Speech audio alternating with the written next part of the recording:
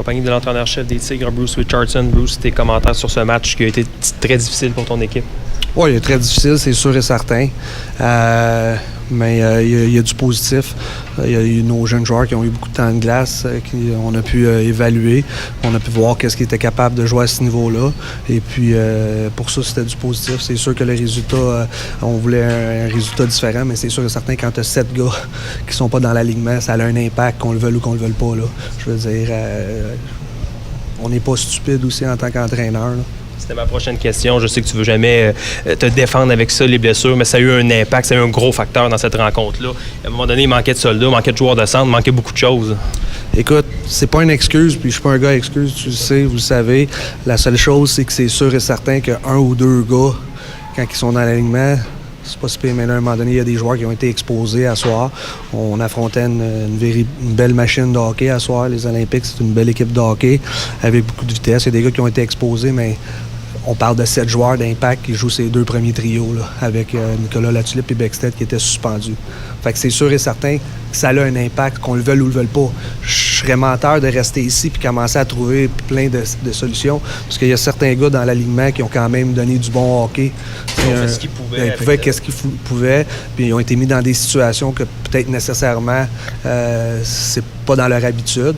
Mais le positif là-dedans, c'est qu'on s'avait dit qu'on voulait gagner à la 3e période. Je pense que les gars ils ont montré beaucoup d'efforts en 3e période. Puis c'est avec ça qu'on va bâtir. On a vu Marois et Lauzon commencer le match quand même. Lauzon a fait quelques présences, ensuite n'est pas revenu. Même chose pour Marois. As-tu des nouvelles, là, même si on est à chaud là, après la rencontre?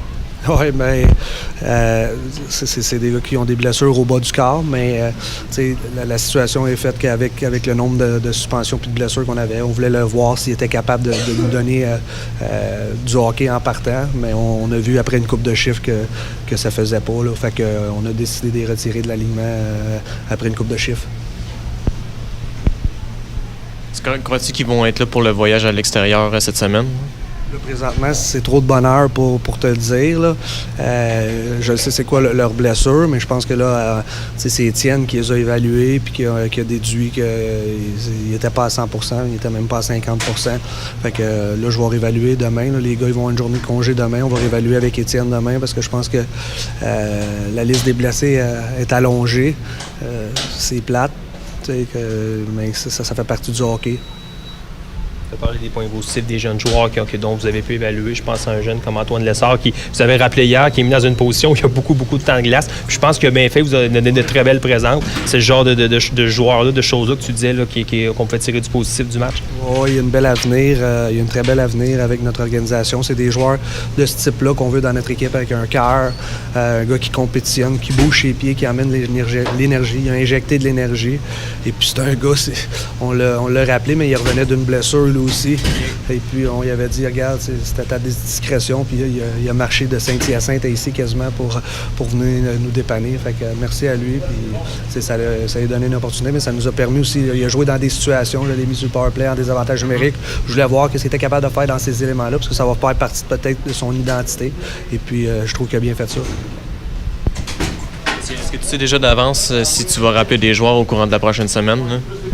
C'est sûr et certain que si ça reste comme ça, c'est sûr et certain qu'on va rappeler des joueurs. Là. Je veux dire, à la fin de la match, on a fini avec 3 lignes exactes puis 3 16 ans là, en avant. Fait que c'est sûr que si ça reste comme ça, oui, on va rappeler des joueurs.